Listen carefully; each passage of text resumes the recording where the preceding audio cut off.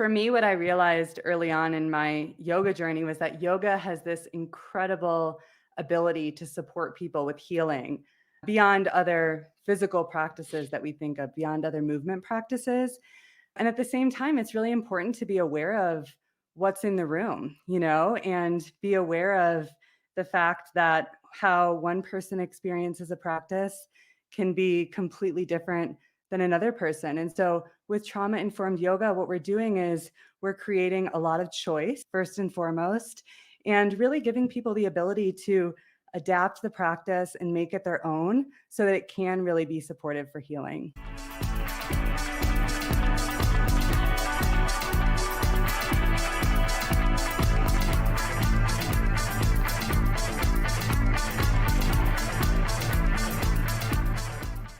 Hello, my friend, and welcome to another episode of I Love Being Sober, sponsored by Camelback Recovery, Arizona's preferred mental health and addiction treatment option to help newcomers on their path to recovery. If that's you or someone you know, then you're in the right place. Because my name is Tim Westbrook, and I am the CEO and founder of Camelback Recovery, here in the always sunny and always sober Phoenix, Arizona, where my team and I, over the course of many years, have helped thousands of people to stop their suffering and continue on their path to recovery. Today, we're graced with someone truly special.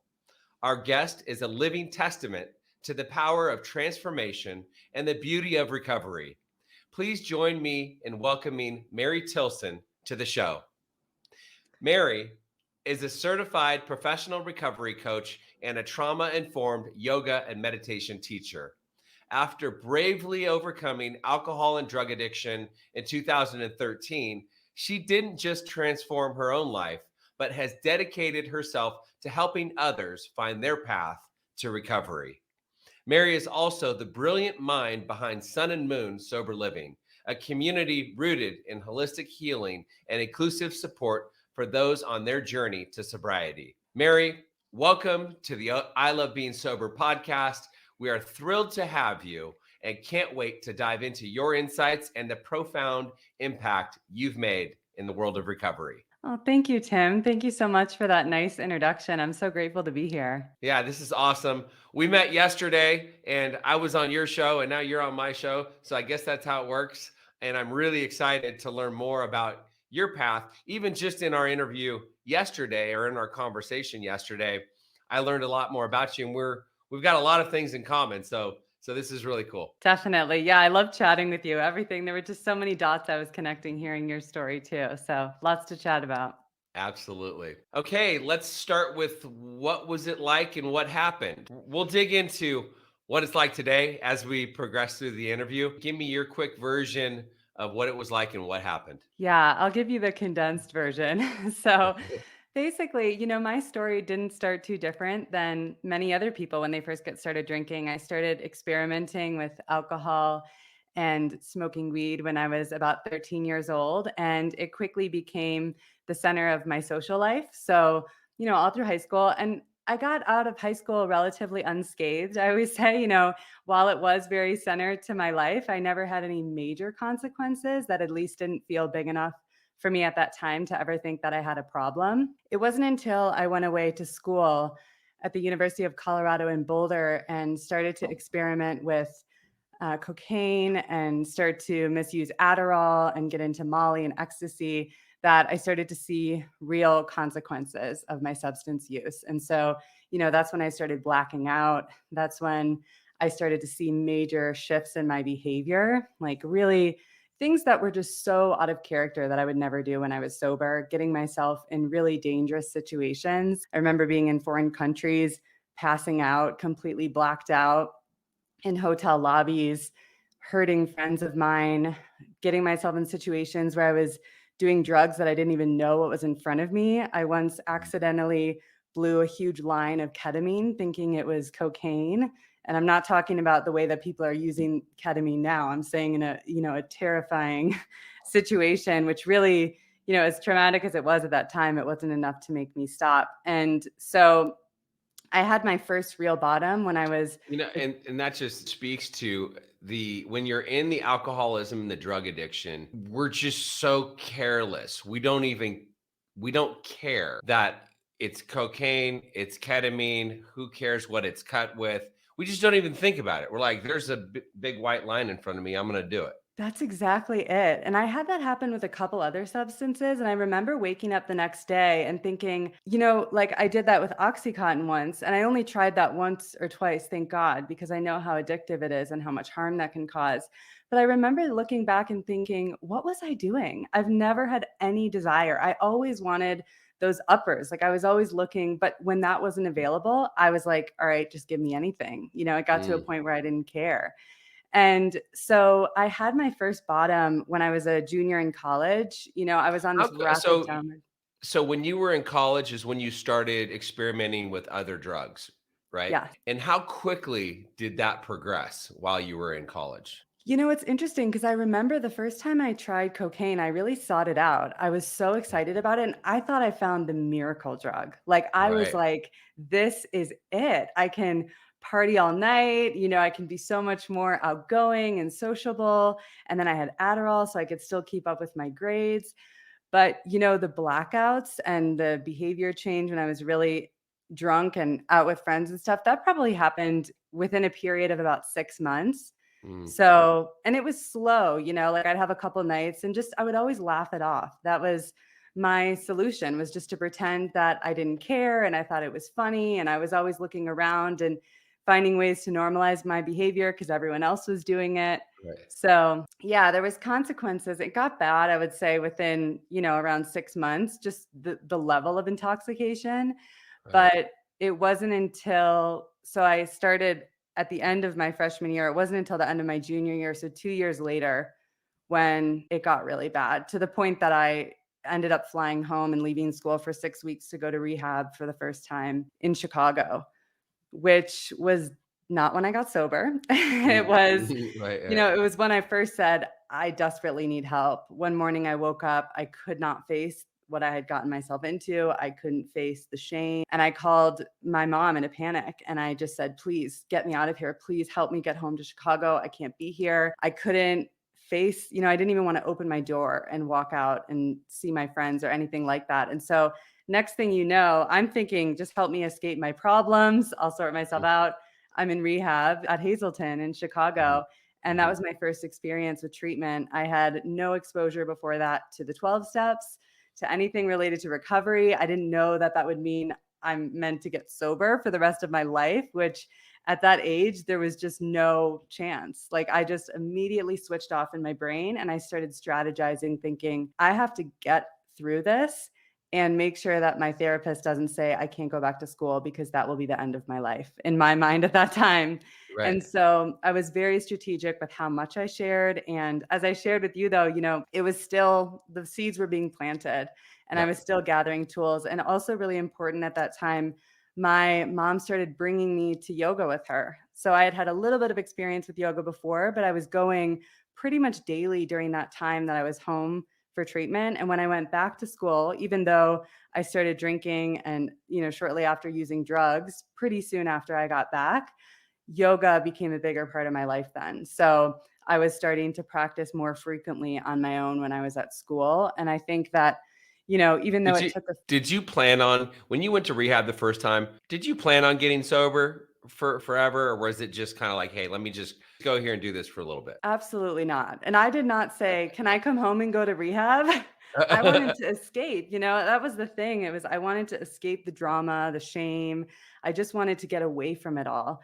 And I never asked to go to rehab. That's not what Right, I signed up for, but that right, was, my parents had observed my behavior. They were so scared. There was like a relief when I came to them asking for help. So I was in no way ready to make that decision, though. right, okay. Yeah, and I think now that's why I feel really passionate about exposing younger people to the kind of life that you can live sober, because I didn't have any concept of what someone my age would do with their life sober. Like, that sounded like the worst thing in the world to me, and I see it really differently now. But anyway, I went back to drinking and using drugs, and was convinced that I could moderate, even though I heard everything when I was in treatment, and, got through school. And I ended up getting a job in advertising. I was working at a digital advertising agency in this very work hard, play hard environment. So I was, Yeah. again, using Adderall to fuel my workday. I was drinking almost every night, either with coworkers and friends,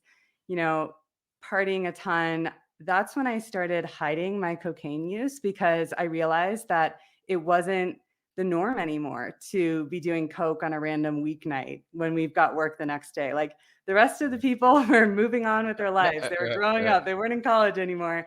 Right. But I had this drug dealer in Chicago that I would just text, and I would go meet him on my own, which was a real internal low for me, because Yeah. I'm like, there's a huge disconnect happening now between the version of myself I'm presenting to the outside world and how I feel inside, and these behaviors that I'm engaging in. And so, it got to a point where I was meeting this drug dealer sometimes when I was at work functions. So I would go out and meet him in the cab, and I would be going in the bathroom and doing bumps by myself. And then sometimes I would go home after a big night out, and I would be doing cocaine alone in my bedroom all night. And it didn't really click into me what was happening until, it's starting to be the morning hours. And it's like, oh my gosh, I have to go to work. I'm supposed to be on the train in my office building on Michigan Avenue in a matter of hours. And here I am, completely coked out and in no condition to go to work. And so it was a strange thing. Would you still go to work, or did you ever bail on work? So I did call in sick a few times, because that only happened a few times on actual nights when I'd work the next day. But my last time ever using was a time that I did try to go into work, thank God, before anyone got there. But I had been so, high and hyped up, and I'm in my room and I have this great idea, because it was just not a day that I could call in sick. It was a really important time, and we had a lot to get done. I was on a team. And so I actually went in having not slept the entire night, and I took the train in. No one was there yet. It was super early in the morning. And I sat down in my office chair, and I remember starting to open things up and just having this realization of, what are you doing? Like, you think you're gonna, I've got these spreadsheets in front of me, like, really? You think you're going to do real work right now? And just, I think it just kind of hit me in that moment. And the weeks leading up to that, I had also reached out to people in my life, like loved ones, and confessed to them when I was high that I was doing this. And I Mhm. wasn't ready to get sober, but I just wanted to start to get it out there. Like, I didn't want to hold the secrets in anymore. And so that I ended up leaving my office that day, going back home to my apartment, and having this kind of realization, like, all right, I surrender. This is it. I already know. I've proven to myself Yeah. for 3 years. I didn't want to admit at the time, but I am definitely an alcoholic and an addict, and I surrender. And I called my mom to come down to my apartment. She's been like my go-to person. She's heard me say I need Yeah. help too many times. She's an angel, but both of my parents are so supportive. But yeah, so she came down, and I ended up back at Hazleton in Chicago, and that's where my real recovery journey began, because I was fully willing and ready. So Brandon Lee is a guest that I've had on my show, and he talks about his recovery. And I really like the way he frames it. It's because he relapsed at 11 years sober, and he no longer says, he doesn't share his sobriety date. He says, I've been in recovery since 2006 or whatever year it was. And I really like that, because just like you, the first time you went to rehab, your recovery journey started. Like, Yeah. you were in recovery, even though you were still out. It's like, oh, let me see. I don't really think I'm that bad. I mean, you weren't ready to totally hand your life over. You weren't really totally ready yet, but your recovery journey was already started. And I think that's important to note for anybody that's sober curious or whatever. It's like, hey, if you don't think you're totally ready yet, that's okay. You can still go to an AA meeting. You can still listen to podcasts, and you can still listen to stories like this. You can still go to rehab thinking that maybe you don't have a problem. You can go to rehab, and maybe you don't have a problem, but to get the journey started is more important than anything, in my opinion. Thank you so much for saying that. I should have said that's when like the momentum picked up because the Uh, truth is there was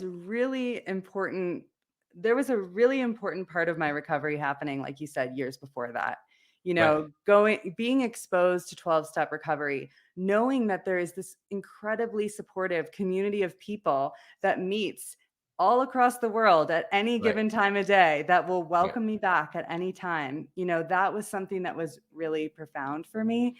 Having the yoga practice, like all of these things, I think were starting to unravel in the background, everything that was keeping me so tightly gripped by my addiction. So you're Mhm. absolutely right with that. You're telling a story about going into your office. It reminded me, I used to have these corporate retreats when I was a VP of this painting company. And I remember having a corporate retreat. I think it was either Miami or it might have been Vegas. We had these corporate retreats in these places. And I just remember me and two other guys doing cocaine all night long and going to the meeting. The night we would have these meetings. And I ran the number 2 division in the country. So I was kind of like one of the focus people and they weren't. So I just remember being at this meeting and it was awful. It was horrible. Think before going in there thinking I'd be okay and then being in there and all eyes on me. Oh my gosh. I mean, you're lucky you got to leave. I didn't get to leave. I had to sit there the entire meeting and try to act like I had my shit together. Yeah, it's brutal. And what we convince ourselves of, that's the craziest thing to me. Like, oh, I've got this bright idea. I'm so wide awake. I'm so, high and ready to go that I could Yeah, easily go into my office and nobody totally. would know. I think if I crossed paths with someone and just like the condition of like my eyes and everything like that. They're like, "What's wrong with you?" Exactly. Right. Okay, so what is trauma-informed yoga? What is a trauma-informed yoga and meditation teacher? Yeah, that's a great question. And I think, for me, what I realized early on in my yoga journey was that yoga has this incredible ability to support people with healing beyond other physical practices that we think of, beyond other movement practices.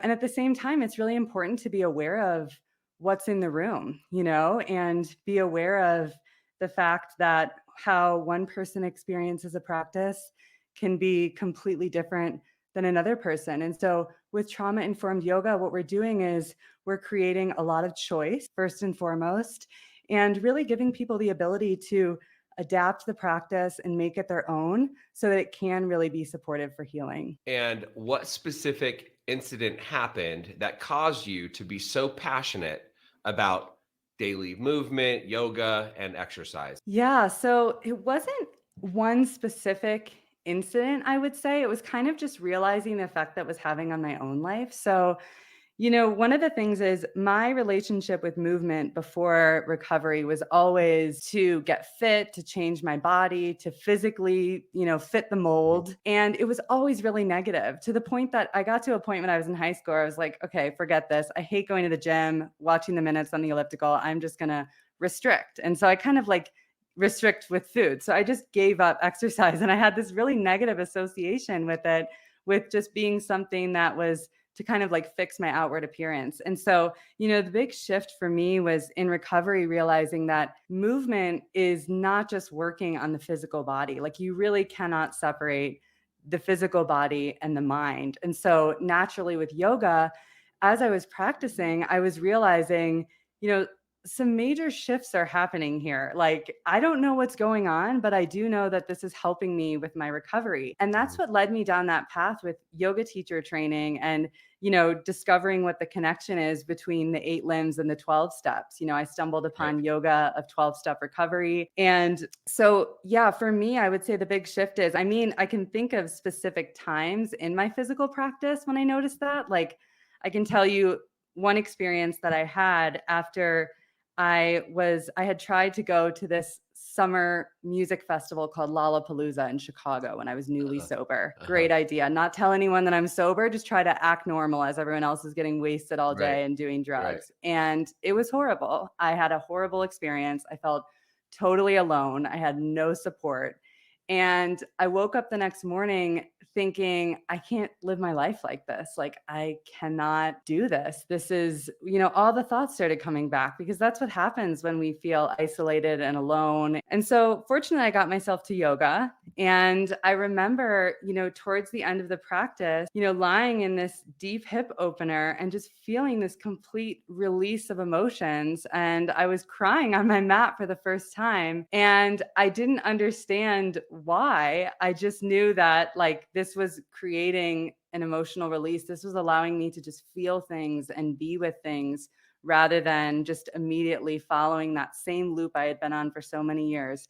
I can't do this. I'm alone. Sobriety sucks, whatever it is, Mhm. and going back to the drinking. And so, that was a pretty significant moment for me going on a really big hike. Hiking is a huge part of my recovery journey with movement. So trekking the Annapurna circuit in Nepal had some pretty profound moments there. So yeah, I don't know if that answers your question, but many moments. Yeah, I'm thinking about, I know, and you've experienced it. Physical fitness is it's not just physical fitness. It's exercising, hiking, yoga, going to a high intensity interval training class. It's mental, emotional, spiritual, and physical. And some people, they don't realize it. And it's like, it's not just because I want to be fit. It's not all about my physical fitness. Yeah, physical fitness happens, but it's mental, emotional, and spiritual as well. And I have a friend named Tom who didn't work out for like 10 years. He's a sober guy as well. He's been sober for many years. And I remember I got him to go to F45, which is one of the gyms I work out at. And it's a high intensity interval training class. And Tom started going a couple days a week, and then he started going 5 days a week, and then he started going almost every day. And he said, "Hey, I know that they say you shouldn't go every day, but I feel like if the days I don't go, mentally I'm kind of spun out." And it's like, well, yeah, you can go every day, just don't go all in every day. Like you can Right. still take it easy. You can still get in there and move, and you can still get a workout in, and you can still, because again, it's mental, emotional, spiritual just as much as it is physical. Absolutely. Yeah, and that's the thing that I love so much about yoga is that, and really I think that, whenever you're engaging in a physical practice, you mentioned that he feels spun out when he doesn't do his Right. physical practice. I think sometimes people underestimate the power of movement to influence our mental state. I mean, because Mhm. we have the research now that shows that when you engage in physical exercise and you're contracting your muscles, your brain is releasing chemicals that increase motivation, that elevate your mood. There's also this concept which Kelly McGonigal talks about in her book, The Joy of Movement, collective effervescence. When you're in a group fitness class and you're moving your bodies together, there's Mhm. incredible benefits of that, of just moving in harmony with other people. And so, I say if people don't, say you're not drawn to yoga, find something that you do love. Like I mentioned that I had such a negative relationship with exercise. Well, yeah, if you put me in a gym and set me on an elliptical machine for 30 minutes or an hour, I would still hate it. Some Right. people love that. That's just not my thing, but Right. find the things that you like, whether that's walking or dancing or, whatever the thing is. And I think it's really important to like free ourselves from this idea that we need to go all in and it needs to be like this really intense workout because we can still get the benefits from going out on a walk, especially in sobriety, to be able to just go out on a walk and move your body. That can be a really amazing way to interrupt an intense craving or, get yourself out of a pattern when you're in a difficult moment. Yeah, everybody has a different level of intensity that's going to be appropriate for them. I mean, shoot, you can go sit in a sauna and that's going to get your heart rate up. That's going to be similar to exercising. That's going to be similar to movement, actually. And I mean, there are other things like getting into a cold plunge, standing in front of a red light, walking your dog, doing air squats. Like, I mean, there's that documentary on Blue Zone people that live over 100, and one of the things that these people that live over 100, they don't have chairs in their homes. So they get down, they sit on pillows. So getting down and sitting on their butt and then getting up, they do that I don't know how many times a day, but that alone works on their core, works on their mental, emotional spirit, and works on everything. And it's just like our bodies are meant to move. And it doesn't need to be high Exactly. intensity. You don't need to redline, but we are meant to move. Exactly. Yeah, I love those. And, the research on people who live in those areas where the homes are built on hills. So they're just like in the blue zones. And so they're naturally walking uphill more. I think just becoming aware of the way that your daily life is set up. And sometimes you might be shocked at how few steps you have to take in a day because of all of the modern conveniences. Not Mm. only with delivery, but being able to get in our car. We work so much from our computers. We actually have to be really disciplined and just finding ways to move our body. And again, it doesn't have to be anything that's like really rigorous, but just, I like to encourage people like put music on and dance around in your room a little bit, Right, like right, it right. can be whatever feels good for you. You mentioned awareness, and it makes me think about the awareness I have as a result of being clean and sober. And when you think about drinking and doing drugs, that you're numbing, that's the solution, and you're not feeling, and you're not, oh, it's the opposite of awareness. So being clean and sober creates clarity and awareness. Absolutely. Yeah. And just being aware of what you're using the substance for. Like, what are you numbing from? I think that that's another thing with all these tools that we've mentioned. Like, I love that you brought up, the cold exposure too. That's such a big one for me. And, when you think about it with addiction, it's not like those behaviors come out of nowhere. They actually make Mhm. sense to us on some levels. Maybe we turn to alcohol to help us when we're grieving or when we're feeling depressed, anxious, overwhelmed, insecure in social situations. I used other substances when I was feeling depleted and unmotivated. I had something to boost my energy. So we're turning to these substances as a way to regulate our systems. And so if we just remove them, then, we spoke about this yesterday, the issue is still there. Like all of that is still exists. If you just remove the substance, we need to bring in other tools. So that's what I find so amazing. And I've actually found it to be so exciting. Like I have loved over the last 10 years, I've gone down so many different pathways with how I can regulate my nervous system. And, when I'm struggling with my mental health or when I need more energy or whatever that is, there's so many different tools that we can draw from, and they don't have to be mind altering substances. Let's go back to trauma informed yoga for a minute. What's the difference between trauma informed yoga and meditation versus just regular yoga and meditation? Is there a difference? Yeah, that's a really great question. So, in a typical yoga class, you might go into a yoga class, and it's interesting now that I've become more aware of this. I hear language that can be triggering all the time in classes. And so, for example, this was mentioned in there's a teacher, Zabi, who has a great book and courses called Transcending Trauma Through Yoga. But, she gave some really powerful examples of, in classes sometimes, like having things on the wall, like props that are like straps and things like that can be really triggering for someone who's experienced sexual trauma.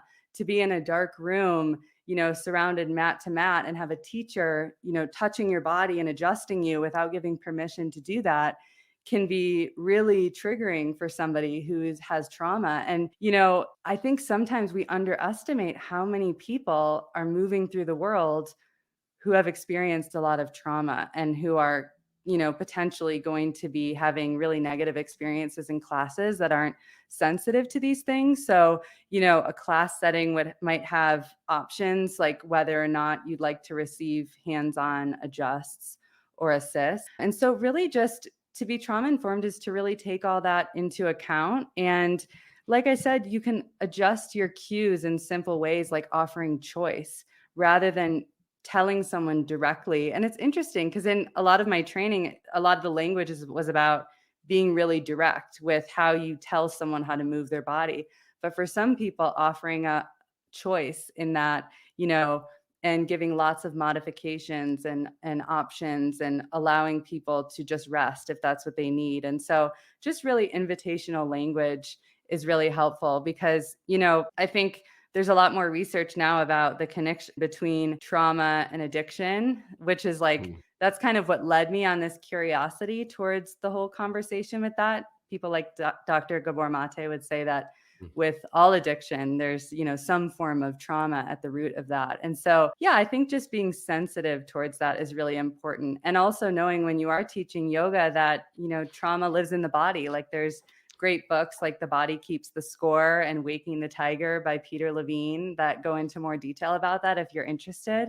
So, yeah, I hope that answers your question. The issues are in the tissues. Exactly. That's exactly it. That's something that one of my teachers, Nikki Myers, always says. And it's one of those things that I'm continuously educating myself on. I'm actually taking part right now in a 3-year training to become a somatic experiencing practitioner, which is all about trauma healing. And it's very complex. And this idea that trauma lives in our body, I think even 10 or 20 years ago would be like a very foreign kind of strange Right. concept, but we're learning a lot more about that, and things can, big things can happen for people in a practice, and we can't always control it. Like something else that has been really interesting, I've heard teachers speaking out about more now, is like we don't know what's going to be even a safe space for people because everyone has their own, triggers and experiences that they're walking in with. So Why is mindfulness important to recovery? yeah, this is something that I feel really passionate about. I mindfulness has really benefited me in my own recovery. And I think what it is if you think about it, when we're in an addictive pattern or we're stuck in a habit loop, it feels like we've lost access to that moment of choice. It's like there's the trigger immediately in action, reaching for the substance or whatever it is. And so mindfulness gives us the opportunity to just notice what's happening without judgment and bring ourselves really into the present moment. And that can be a really powerful tool to create more space so that we can access the choice that's there for us. So, noticing when I'm feeling a sense of, social anxiety coming up, or, when I am feeling really down or whatever it is, and being able to stay with that and really get curious about it. So it's like, what does this anxiety feel like in my body? And then from that from that spaciousness, we can start to ask ourselves, what do I really need in this moment? We can play the tape forward, as they say, and Mhm. what's actually gonna happen when I reach for the drink? What's that gonna look like in 5 hours, tomorrow, and so forth? And we can choose again. And so with mindfulness, I mean, it's really something that we need to practice daily, because I always tell people, like, you can't turn to a mindfulness practice to put the fire out, when you're in the middle of, like, when you're in full activation mode and you're like in a Right. state of whether it's like about to have like an emotional outburst, or that's not when you start your practice. Usually it's really good to do the training beforehand so that you've created that space in your life and it feels more natural for you to just pause. Why is it important to understand our nervous system and how to regulate when we are sober? Yeah, so sort of like I spoke about a little bit before, is just this understanding that we were using our substances for something, right? Like we were turning, or maybe it's not even a substance, maybe it's a behavior, a Mhm. compulsive behavior, and it was serving some purpose for us. And so, if it is that we're turning to that in a moment of overwhelm and when we're feeling really dysregulated, we do need to have tools that can help us, you know, regulate in those moments so that we don't feel desperate to go back to the substance. And what I've noticed too, like I love this concept that Deb Dana speaks about befriending our nervous system, because I Mhm. think there were a lot of times when I felt like my system was just turned against me. It's like all my better thinking, I want to stop doing this. I tell myself I'm going to stop doing it. And then it's like my brain and body just turn against me. Like Right. they've completely abandoned the plan, you know? Right, And right, really, it's right. like knowing that our systems are, at the end of the day, are just trying to protect us. They're trying to keep us safe. And so if we can learn to, befriend our systems, and when we notice, like I used to override all of the cues that were coming from my body. Like if I woke up and I was already feeling really anxious and overwhelmed, I wouldn't take time to slow down and do a yoga practice, or maybe get a little bit of sunshine, take some breaths outside, call someone if I needed to. I'd be like, okay, more coffee, get an Adderall, just get through it. And it was just Mhm. pushing myself further into disconnection. So if we can learn to really honor the intelligence of our body and then, have tools that we can draw on. I think that's really, really important to long-term recovery. Give me an example of self-regulating. Yeah, sure. So if I was in a situation where, I realized that I have missed a deadline. I was supposed Mhm. to send an email at 9 a.m. this morning with a detailed, plan and presentation, whatever it is. And I have completely missed it. And I don't have time to do it now, not only because I need more time than that, but also I have 15 other things I need to do. There's notifications popping up, and I've already had a stressful week. So let's just say, I'm in a situation like that and I'm just feeling super activated and overwhelmed. And what I find so interesting is a lot of times our system is responding like we're in survival mode. Like all of Mhm. the physiological changes that are happening in my body, my heart rate beating really fast, my body getting really hot, I might start sweating, flushed cheeks. It's as if as if the house is on fire, like Mhm. adrenaline and cortisol pumping through my body. So rather than in that moment, what my pattern might have been in the past would be to like reach for something to self-soothe or to engage in some sort of behavior that's going to help me like disconnect and numb out. I can, sit back in my chair, really ground down. I really like just simple practices of like putting one hand over my belly button and the other hand over my heart and just doing like a very slow 3-part breath, deep belly, ribs, chest, and just like taking a few rounds of breath to slow myself down. And even, I'm not saying that a few breaths is immediately going to like solve your problem, but it's amazing how much your internal state can shift just from a few conscious breaths, just from feeling your feet on the ground, feeling into your body. So, that's an example for me of just finding more sustainable ways to cope in certain situations like that. And of course, I gave an example that seems kind of not overly dramatic, like, okay, missing one work deadline, big deal. But, think about like how many times so many of us have been under really big stressors over, the last few years or prolonged periods of stress and overwhelm and all of that. So, yeah, to have these tools to just notice first what's happening, like what's going on in your body. This is not just a thing that's happening in your head, it's really a whole body experience. And then what tools can you draw on in that moment? Yeah, I really like that. Just to sit, close your eyes, do some box breathing, deep in, hold, out, hold. The other thing I really like is I like doing a cold plunge. If I'm spun out, that I find that to be one of the best ways because you have to surrender and you have to focus on your breath. And at the end, it's almost like I'm forced to not forget, but I'm forced to surrender. And I hop in a cold plunge for a couple of minutes and I get out of it. And I'm like, huh, everything's okay. Yeah.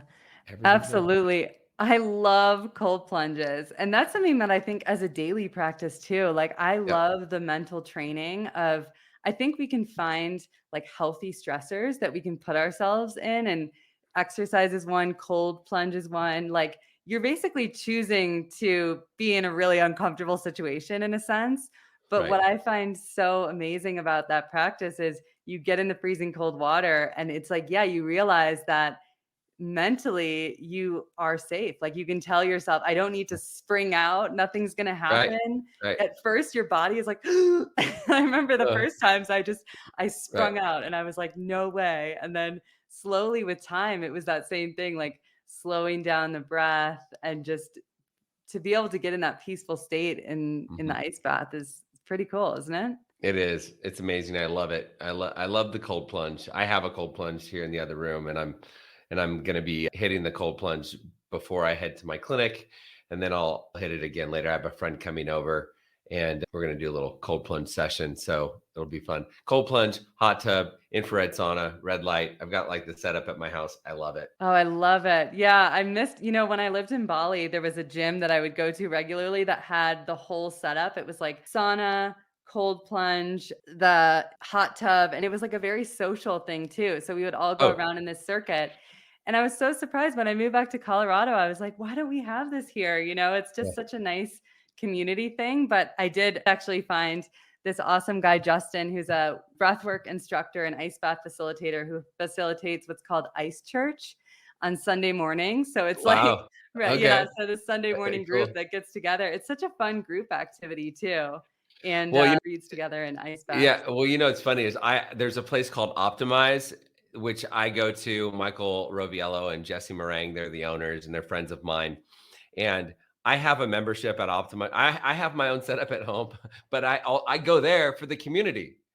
And so I still go there probably 3 or 4 times a week, even though I have my own setup at home. And it's the community. And I also find it's like you're the average of the 5 people that you spend the most time with. And the people that are doing that type of an activity, we're aligned in some ways, at least, because it's a mental, emotional, and spiritual practice. And so there's always people that I'm aligned with. So I just love that. I love that community. Yeah, and you bring up a great point too, that I think when it comes to finding connection and community when you're sober, a really great way to do that is to seek out those communities of people who are prioritizing well-being. Because that was something I noticed when I started going to Ice Church, just through conversations. A lot Right. of people were just not drinking because they were endurance athletes, or some of them did struggle with addiction or mental health, or just, prioritizing well-being, like I said. So it's so nice that those communities exist. There's actually a bar next door to Optimize, and it's pretty funny because you can tell when people park in the parking lot, you can tell like, yeah, they're going to go to the bar and they're going to go to Optimize. Like you can kind of tell who's going to go to which place before they actually go. It's kind of funny. Yeah, definitely. And whether it's yoga or Optimize or any of the other things that I like to do. I mean, typically there's 20 to 30% of them are in recovery. Not all of them are in recovery, but to your point, it seems like even more and more these days, less people are drinking. And I don't know if it's because the activities I do and the people I surround myself with, but it just seems like there are more people that are saying, you know what? I don't drink anymore. I'm not gonna drink because I want to feel good tomorrow. Yeah, I always wonder that too. I'm like, am I just in an echo chamber in the online space where it feels like the whole world is sober now? But Right.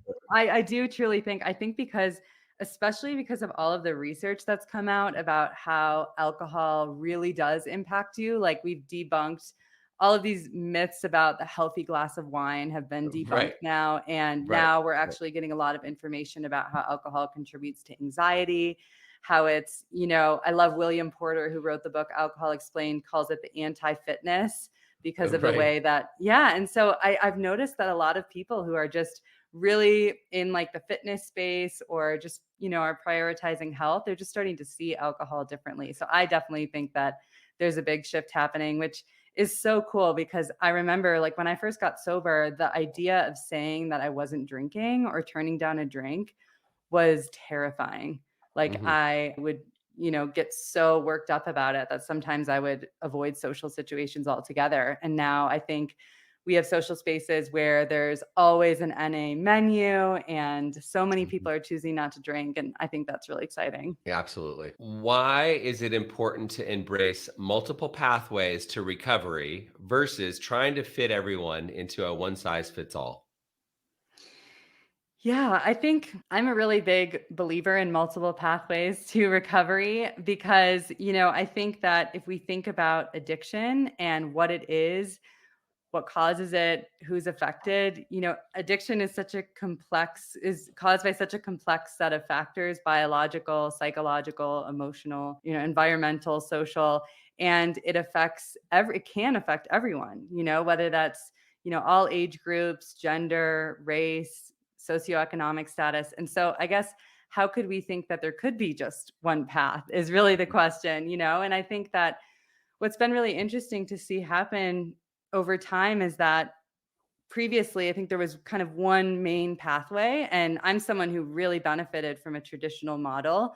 12-step recovery was like an amazing path for me, and millions of other people all over the world. Like, that's something that's been really cool to see when I've been traveling, just how far reaching it is.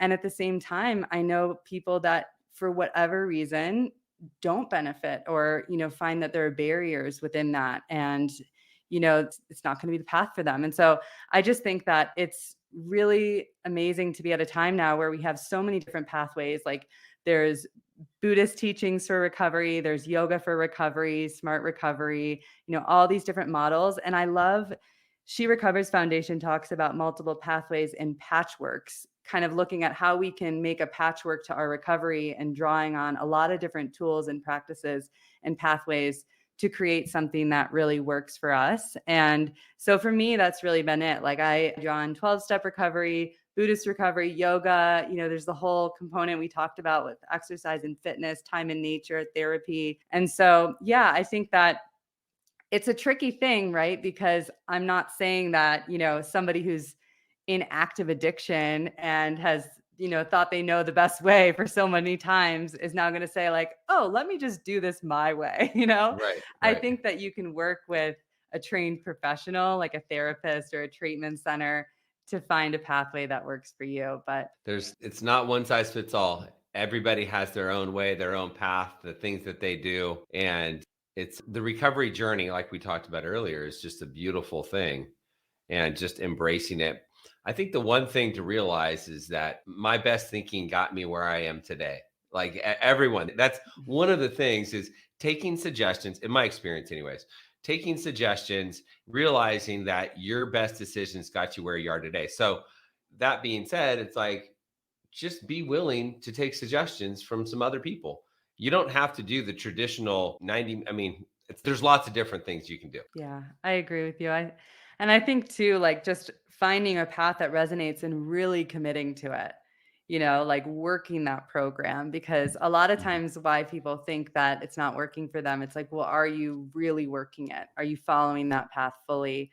Or, are you just kind of dismissing it and kind of, Right. It's like, well, 12 steps doesn't work. It didn't work for me. It's like, well, did you really do it? I mean, it's like, well, I went to meetings. It doesn't. My friend Ward Hickey, I like the line that he says is, it doesn't matter how you feel. It only matters what you do.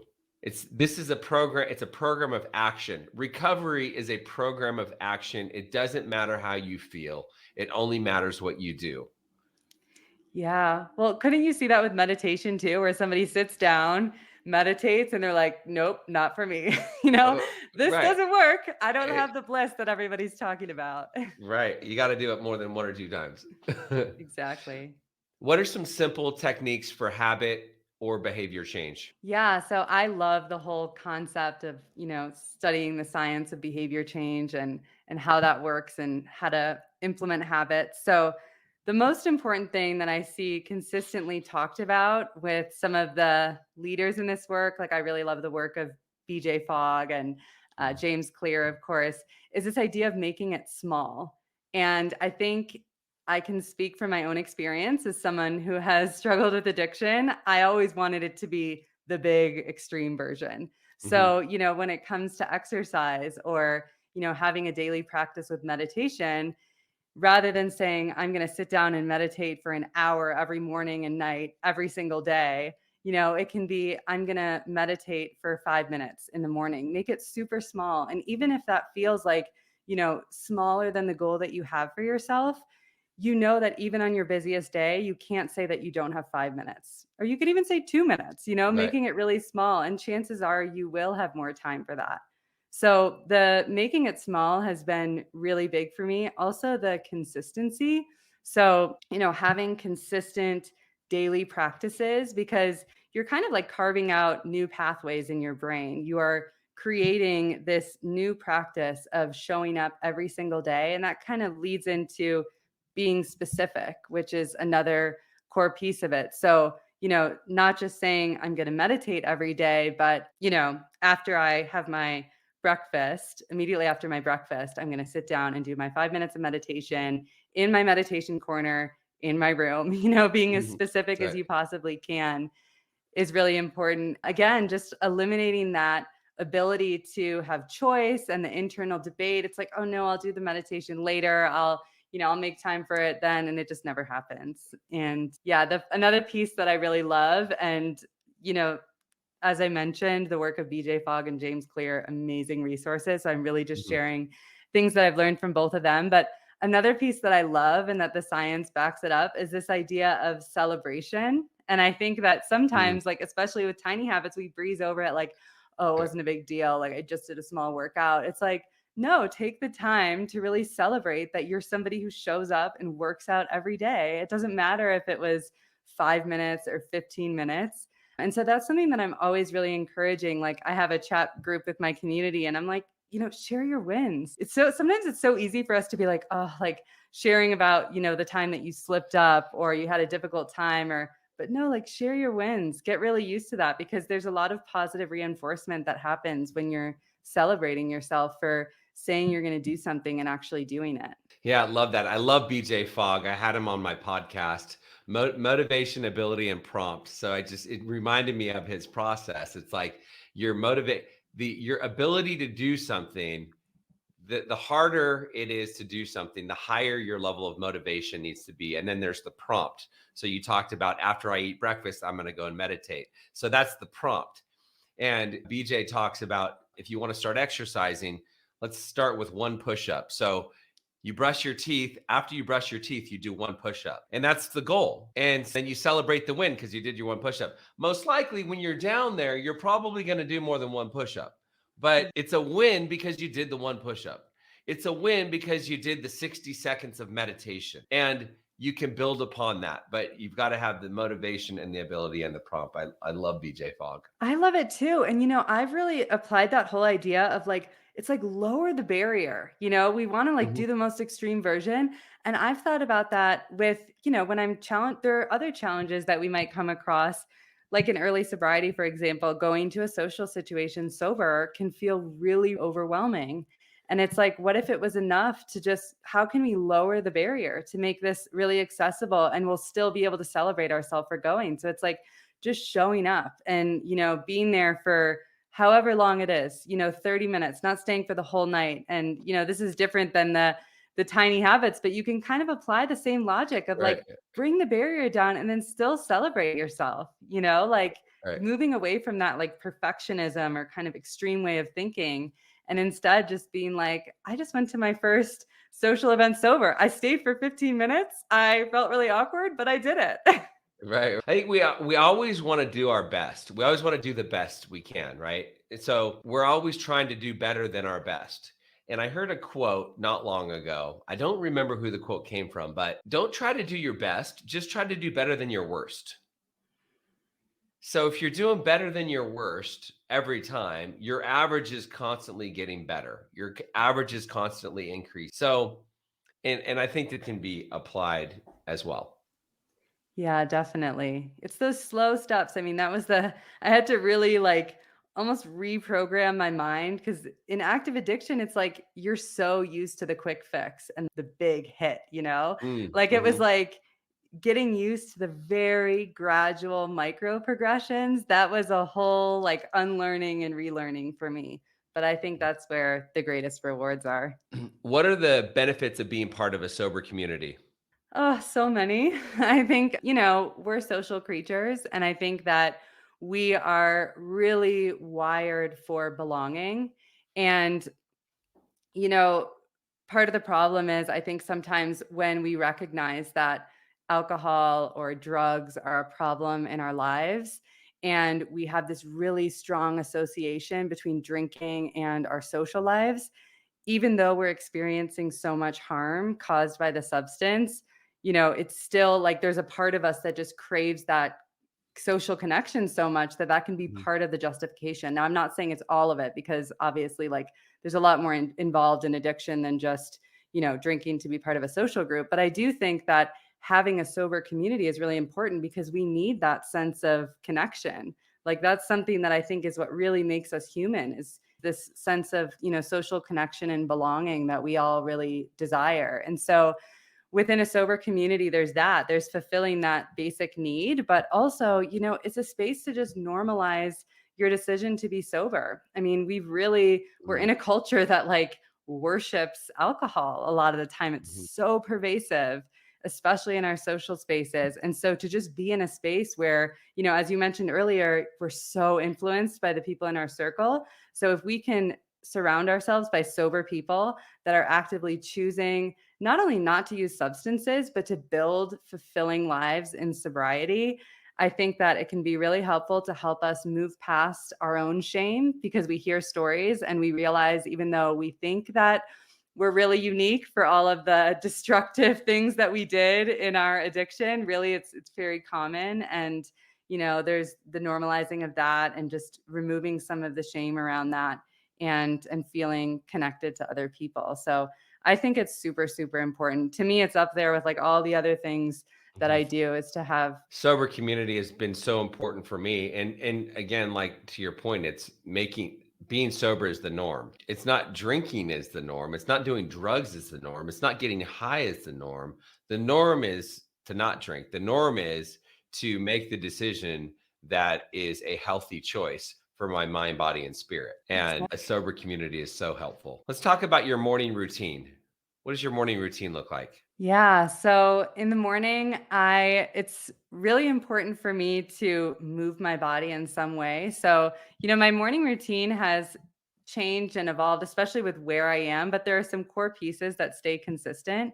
So having a meditation practice, breathing practice is usually before that to prepare myself for meditation, some form of movement. So since I've been back in Colorado, I really love if I can design my day where I can get out hiking first thing in the morning. That's really ideal. Connecting with my body, connecting with nature, getting outside. Sometimes there's journaling practice involved, yoga. So it changes slightly, but kind of those core pillars of meditation, meditation and mindfulness practice, movement, and getting outside in nature are pretty core to my morning. And I like to end my movement practice with a cold shower or a cold plunge. I live by a pretty cold creek here in Right. Colorado. I wish I had one of those cold plunge setups in my house, but It's pretty yeah, convenient, right? yeah. Okay, awesome. Is there a question that you wanted me to ask you today? I feel like we covered a lot. I don't know that there's anything else that I can think of right now. I feel like we covered a lot of ground. So Okay. Where can people find you? How can they follow you? How can they learn more about you, more about Sun and Moon Sober Living? yeah, so a great way to connect on Instagram at sunandmoon.soberliving. I also have a website, sunandmoonsoberliving.com, and you can see a place to reach out directly there by email. And I have an online membership community. So within that platform, there's a whole library of yoga and meditation practices, special guest workshops. We meet once a week online over Zoom, sometimes more than that. There's a book club, all sorts of great stuff. And I also have a podcast, Sun and Moon Sober Living podcast, which I was lucky enough to have you as a guest on. So that episode will be coming out soon. Awesome. Okay. Well, Mary, thank you so much for being with us today. That does it for our time with Mary Tilson. Thank you for watching, and I look forward to seeing you on the next episode of I Love Being Sober. Thank you so much for having me. If you found this video to be of value, be sure to like it, subscribe to our channel if you want to see more videos, leave a comment if you have a question, if you've got something to say. Camelback Recovery provides treatment services for people struggling with mental health, mental illness, addiction, alcoholism. So if you or someone you know is struggling, be sure to reach out to us. You can go to our website, camelbackrecovery.com, or our information is in the comments section below. And we provide everything from detox, inpatient, outpatient treatment, sober living, recovery coaching, sober companion services. So either we'll be able to help you, or we'll be able to refer you to people or treatment centers that might be a better fit. So I will see you in the next video.